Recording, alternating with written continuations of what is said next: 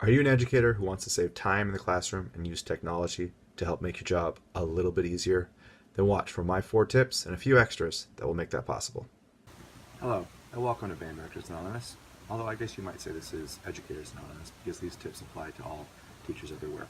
It's time we all admit we have a problem. The demands of our career are crazy and pull us in 1,000 different directions. And my goal here is to share some of the tips and tricks that I've picked up along the way and hopefully learn a few other things. Blocking email. This was a huge thing for me. I used to always have my email open and I would look at it between passing periods and I would see when the new messages came up, and it was sort of like this constant, like a dog waiting for a treat type of thing, looking for the next email. And usually in my experience, the emails coming in are either something for me to do or something for me to do, a problem to put out, or some sort of other issue. They're very, very rarely like, hey, how you doing? Just want to say you're doing a great job. Keep it up. So I found that I block my time, my email time. I check my email and respond to email first thing in the morning when I get into the classroom, and I will glance at it at lunch to see if there's anything important happening throughout the day, and the next time I look at it is right after school, and I'll deal with email then. So I find that by dealing with email twice a day, I'm way more efficient with my use of time, and I really don't miss anything. I think it's one of the better tips that I can have to offer to a new teacher is don't be looking at that email all day long.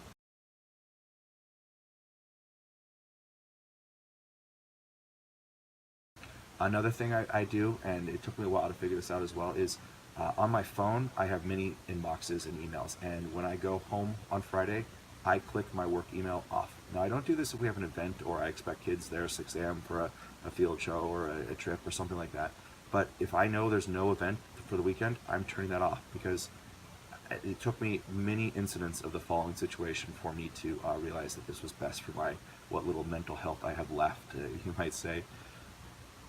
It's Friday night and I'm sitting on the couch with the family and my phone vibrates and I look at my email and there's an upset parent, there's an issue, buses have been canceled, your piece is on back order, some problem has happened, and now I am going to obsess and worry about this thing all weekend long. And it ruined quite a few weekends, or and they were all problems that honestly I couldn't have done anything about until Monday morning anyways, but it was in my brain all weekend long, and it made it hard to relax. So I just started, if I didn't have anything pressing, I turned my work email off for the weekend and actually relax. And I found that I was able to deal with things much better Monday morning, refreshed and ready to go, and then I could tackle the problem. My goal is that every Friday I have my grades updated. Doesn't happen as often as I'd like. And then I've trimmed my email down to the most important things for next week, and then I've starred and organized everything so that I'm ready to come in. And then I turn my email off.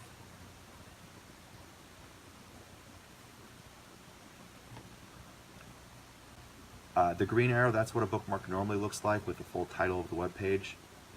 The blue arrow is my Power School. The red arrow is my daily agenda for my classes, and these things are one click and I'm there. There's no typing www.gmail or going to www.powerschool. It just boom, click, you're there. It saves a lot of time, and I would say, let's say it saves you 20 seconds a day. Well, add that up over a month or a school year. You might notice this, you'll notice a YouTube video labeled fire and one labeled beach. These are ambient sounds. I find this helps me work during my prep period. If I have some light noise, it helps me focus and get more work done. Check it out. I found it very useful. Arrow buttons. When you're watching a YouTube video, if you use the right arrow, you will go ahead 7 seconds. If you use the left arrow, you'll go back 7 seconds. In music, I find this immensely important because we'll be listening to something or analyzing a recording, and I can hit that arrow and go back just enough, maybe a phrase or a couple bars, and listen to that section over and over again. Let's be honest, how many times have you sat in a meeting where somebody is showing a video and they're using the bar to try and drop the needle at the right exact point, and it's so frustrating, they go too far, then they go too fast, and it just gets messed up. Those arrows are amazing.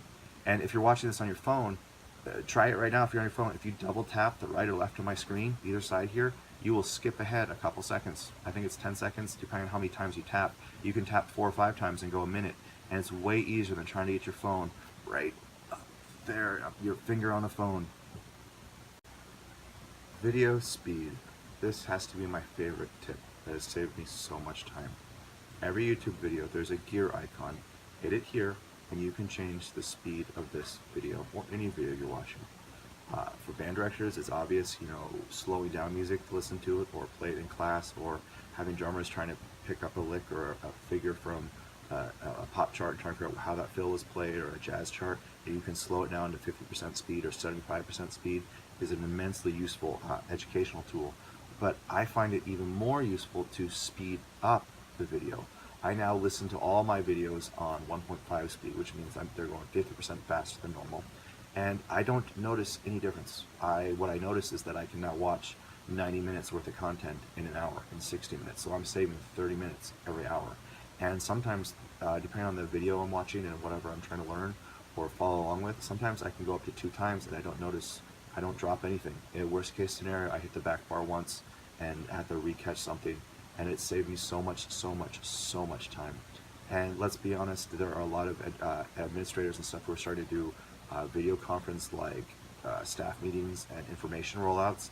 How much time do you save when they send you those videos that are essentially reading lists to you and telling you things, and you hit double its speed, and that 20-minute video is now 10 minutes. I wish I could do that for a lot of things. I would say the only disadvantage is that you start to find people who talk slow very annoying, because you're like, come on, get on with it. And a mild plus is every time I hear a commercial and you hear that fast talking guy with the safety warnings at the end of like a pharmacy commercial, I actually can understand it. My ability to pick up the speed has gotten much better. I wish I could do it for reading. I wish I could speed read way quicker, but it's definitely helped when I'm listening to videos and learning content. I'm literally going almost twice as fast. And I mean, just fast forward that, in a year, how much more content have I been able to learn from and listen to? And the same thing works for podcasts. Find whatever podcast app you're listening to, there's somewhere in there is a speed setting, and set it to 1.5, and you'll be surprised how little you notice it. In fact, I only really notice it when I turn it off or listen to something else, and I'm like, why are they talking so slow? But they're really just talking at normal speed. So, and finally, a couple of miscellaneous features that I've found. One, while researching this, I mentioned before, was colored stars. I used to just hit star on my email and get a yellow star, but if you go into the settings in Gmail, you have many colors, and you can come up with some sort of system, red, green, depending on how important they are, and visually you can see your stars much more clearly and see what is important and what is not. Unsend. How many times have you sent an email and realized you didn't CC someone, you typoed, or you just accidentally hit send early? There is an unsend function where you can wait up to 30 seconds. You have up to 30 seconds from sending an email to hit unsend. Send and archive. This means that instead of just hitting send, you send and the email disappears from your inbox. Whereas before you hit send, then go back to your inbox, have to right click and archive. It's a waste of time. So little shortcuts like this save time. Here's another one. This is called Momentum. It's essentially a tab, and it's an add-on to Chrome, and every time you open a new tab, it pops up with the beautiful place in the world. It varies. They change it every couple weeks, and I find it really refreshing in the middle of my day when I've been in a concrete building for 8 hours to see, I don't know, something that's not concrete, like an island, a cliff, an ocean. My students love it. They're always like, open up a tab, let us see something. And so I find that's a useful feature. I've never used. You'll notice there's a to-do list on here. You can set what your goal is for the day. That hasn't been really important to me, but it's nice to see a little refreshing life, especially with you like me. You work in a school that has no windows. So that's the end of the episode. Those are some of the tips and tricks and things that I've learned over the years with technology and how to use it best to save myself time. If you have things that you like to use that you think are worth sharing, put them down here. I'm here to learn from everybody. This is just, again, I'm no expert. This is what I've picked up. I hope it helps somebody. If it does, like, subscribe, do all those wonderful things, and I'll see you next time.